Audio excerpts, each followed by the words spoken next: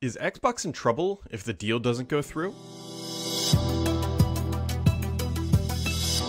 Ooh, the internet is buzzing because Phil Spencer was in an interview, and as usual, some people took his language, mixed it up, created their own narrative, and here we are making a video about something that you probably shouldn't worry too much about. So we gotta dial it back in time, quite literally, to better understand the context about some of the things we're going to talk about here in a second, because Xbox inside of Microsoft has always been this sort of interesting thing, right? It's by far their best connection to the consumer, right? While Windows works and Office is a thing, Xbox is sort of this unique gem inside of Microsoft that has outlived basically every other initiative inside of Microsoft to connect with the consumer, like Zune, Windows Phone, the Band, and many other things. Xbox has remained strong, and in some regards, outside investors think that Microsoft should just get rid of Xbox. There's actually been some historical precedents about this. Back when Satya Nadella took over as CEO, this was a headline from an activist, investors, and Microsoft, I should say, telling Satya Nadella, the new CEO at the time, what he should do. And what did they want him to do? Microsoft's new CEO should kill Xbox, Bing, and Surface. Now, this was many years ago, back when he took over. But as you can see, there's always been this weird pressure that Microsoft should just focus on the enterprise. That's where it makes most of its money. That's where margins reign supreme in things like Xbox, Bing, and Surface. They just didn't make sense in, at that time, the current Xbox, or I should say Microsoft portfolio.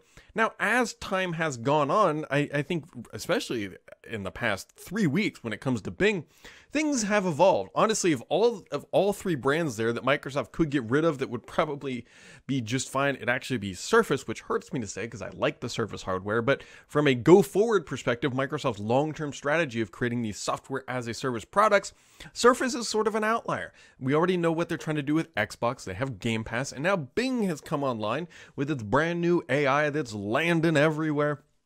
And so, yeah, you can see that there are some historical precedents that Microsoft should just get rid of Xbox, spin it out, put it into its own company. And then there's this interview this week where Phil Spencer's on a bit of a media tour as they continue to try to bring up and gather support for their momentum.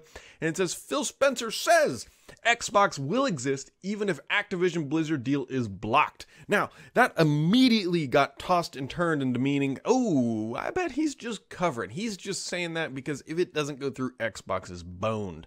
Fun fact, my first original Xbox was named Xbone, or Hambone, I should say, not Xbone, Hambone. If you remember, the original Xboxes, when you got them, they actually had their own unique nicknames, and mine was Hambone.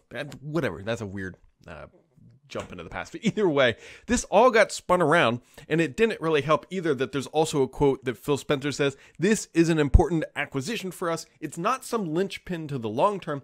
Xbox will exist if this deal doesn't go through. And that is where the tides have turned, or the tables have turned, whatever you want to call it, because people started interpreting this mean like Phil Spencer's basically kind of hedging that, like, yeah, of course Xbox will still exist if this doesn't go through, but in the world of Microsoft, they're going to go back to this narrative and they're going to spin it out. I got pinged a couple times on Twitter about this, and here's where the reality sits. Could Microsoft ever spin out Xbox? Of course. Could they spin out Windows? Of course. Could they spin out Azure? That is always a possibility in the world of business. It's just one of the options that's always on the table. It doesn't mean Microsoft is ever going to take it. The thing to keep in mind that Microsoft's Xbox bet is not the console sales, the hardware sales. It is, in fact, the Game Pass subscriptions. That is what Microsoft wants Xbox to be.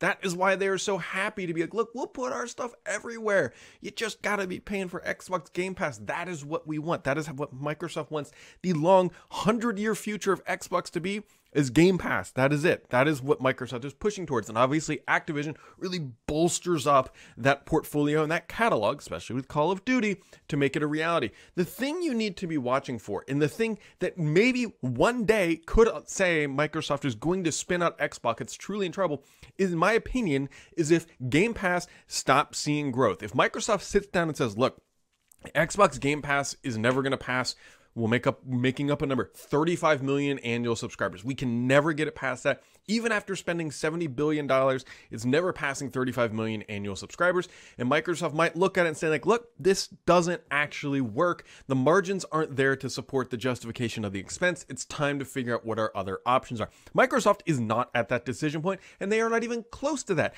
That would not come for years until after they close the Activision acquisition, And they realize what is the true long tail horizon for Xbox Game Pass.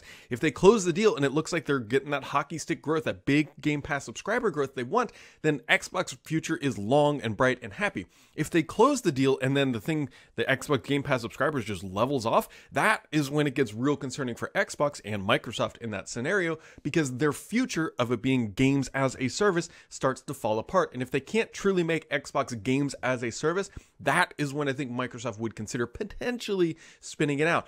Back of my mind always says that still, even in that scenario, it may not be happening because Xbox is the strongest consumer brand that Microsoft has. If Microsoft wants to become an IBM, wants to become just a company that only plays in the enterprise, then that is a decision they have to make. But I don't think they want to give up that one strong grasp they have with the consumer, because that is exceptionally hard to build. Microsoft has been trying to do it time and time again with multiple different products, multiple different brands, and they've all pretty much failed. I mean, you can look at Skype. It isn't really working out. Teams is taking off, but it's a business product. It doesn't really work in the consumer, despite the fact that Windows 11 has Teams for Life or consumer or whatever built in. It still hasn't gone anywhere. Skype hasn't gone anywhere. Zoom didn't go anywhere. Band didn't go anywhere. Even Surface, which you might say, Brad, that is their strongest. No, it's really not. Most of Surface sales, at least last time I heard, were actually corporate sales. It's very close to 50% go to enterprise corporate sales and not directly to the consumer, which again means that, yeah.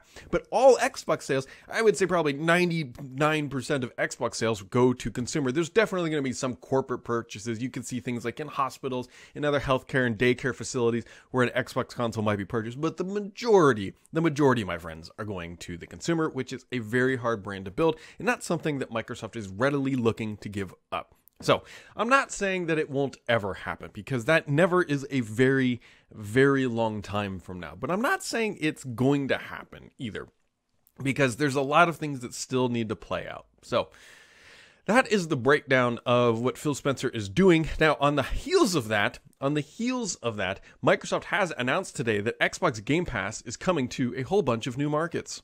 40 new markets to be exact. Microsoft is saying PC Game Pass preview is available for insiders in 40 new countries. Now, I'm not going to sit here and read all of them because, hey, 40 countries is a lot, but it really goes to show that what Microsoft wants to do here is they want to take PC Game Pass, Xbox Game Pass, whatever you're calling it, their Game Pass model, and that is the future of both PC gaming for Microsoft and console gaming and just gaming in general inside of Microsoft. And by bringing it to 40 new countries, that really opens that door. And also doing things like the PC or the Xbox Game Pass, the Family Pass, I should say, where you can have multiple people on one account. That is really Microsoft's long tail strategy. It's really starting to come together.